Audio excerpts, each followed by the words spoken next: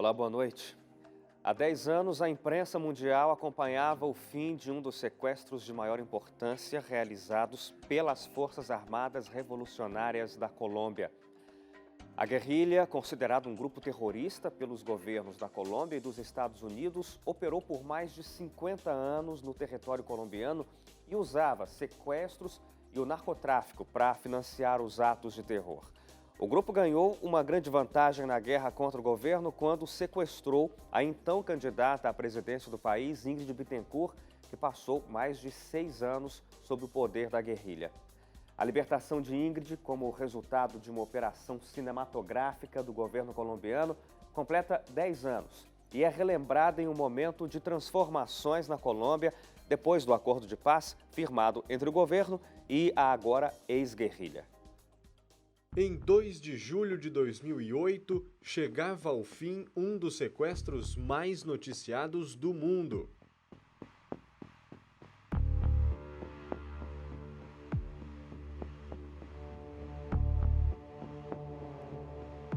Depois de passar mais de 6 anos como prisioneira da guerrilha Forças Armadas Revolucionárias da Colômbia, as FARC, a franco-colombiana Ingrid Betancourt era resgatada em uma audaciosa missão do exército colombiano.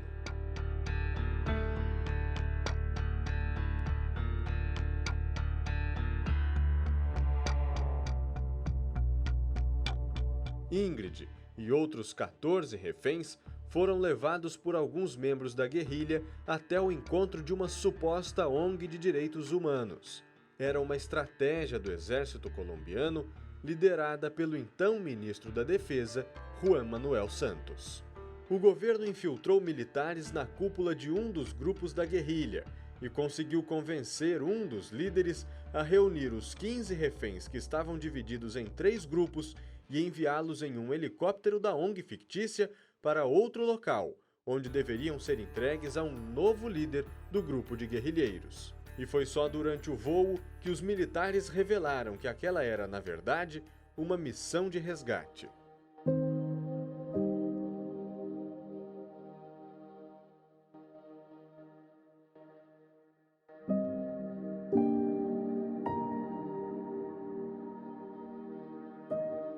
O governo colombiano havia enganado a guerrilha e conseguido resgatar 15 pessoas sem disparar um único tiro. Além de Ingrid Betancourt, estavam no grupo 3 americanos e 11 militares e funcionários do governo da Colômbia.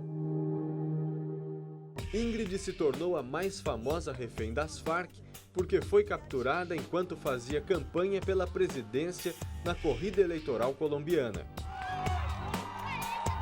A captura dela gerou comoção nacional na Colômbia e na França, já que a política e ativista tinha dupla cidadania.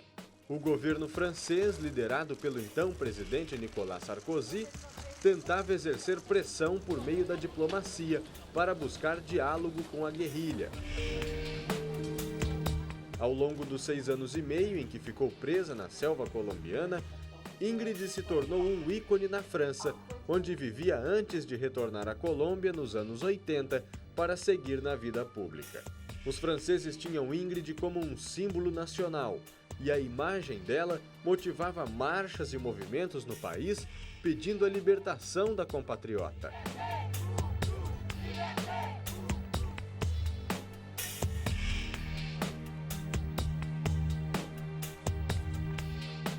A notícia da libertação de Ingrid Betancourt rapidamente ganhou o mundo, enquanto ela tinha os reencontros com a família que não via há mais de 6 anos.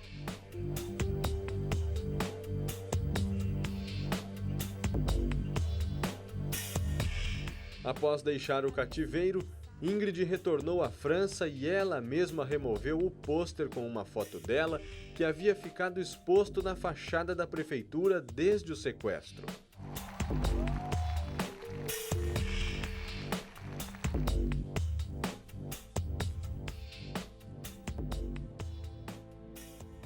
A cidadã de honra de Paris se encontrou com o então presidente Nicolas Sarkozy e recebeu dele a Medalha da Legião de Honra Francesa, a mais alta condecoração do país. Ingrid dedicou a medalha aos colombianos e aos ex-companheiros de cativeiro.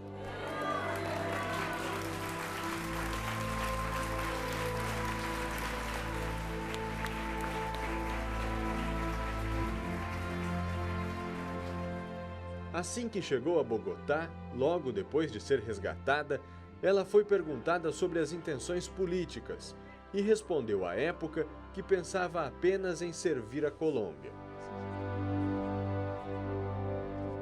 No entanto, Ingrid não retomou a vida pública, preferiu voltar a viver em Paris e priorizar o convívio com a família, residente na França. Em entrevistas atuais, a ex-candidata à presidência colombiana e ex-refém das Farc se mostrou absolutamente favorável ao acordo de paz firmado pelo governo de Juan Manuel Santos com a guerrilha, em um movimento que rendeu ao presidente o Nobel da Paz e o fim de meio século de conflito armado no país.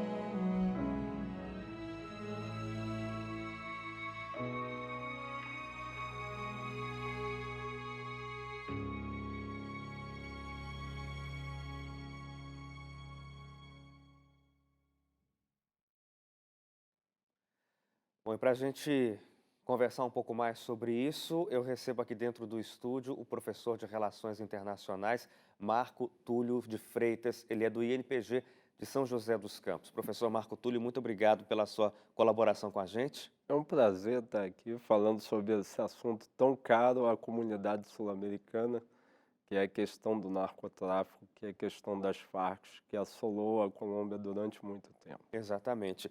Essa operação que acabou resgatando a Ingrid Bittencourt, além de outras 14 pessoas que eram reféns das Farc, dá para a gente dizer que foi o começo do fim das Farc?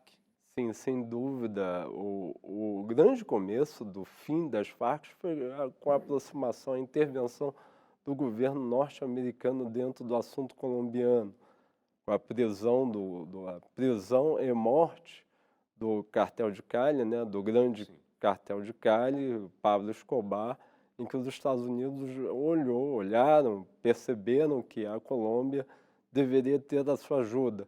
Então, sem dúvida, de lá para cá, com o apoio dos norte-americanos, os colombianos deram um salto qualitativo em todas as suas forças de segurança, que possibilitaram, inclusive, a Operação Jack, que é a operação em questão, que acabou com o sequestro da Ingrid Bittencourt sem uma bala, sem disparar uma bala. Então isso é interessante. É verdade. A gente destacou algumas coisas dentro dessa matéria a respeito do resgate, inclusive esse destaque, né, de que não foi disparado, não houve um único disparo e 15 reféns foram resgatados. Você me falava aqui que foi uma mega operação de inteligência, de estratégia, e não foi só do governo da Colômbia, houve forças externas também?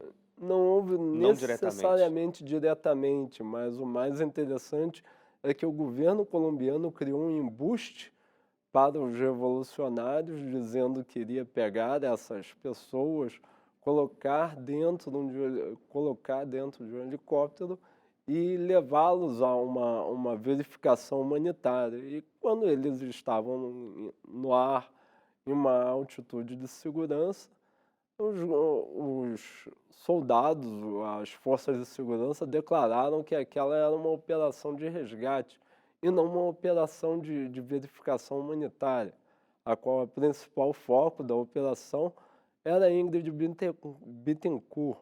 No entanto, devemos salientar que também você tinha soldados colombianos que as Farc geralmente sequestravam esses soldados para obter algum tipo de privilégio, algum tipo de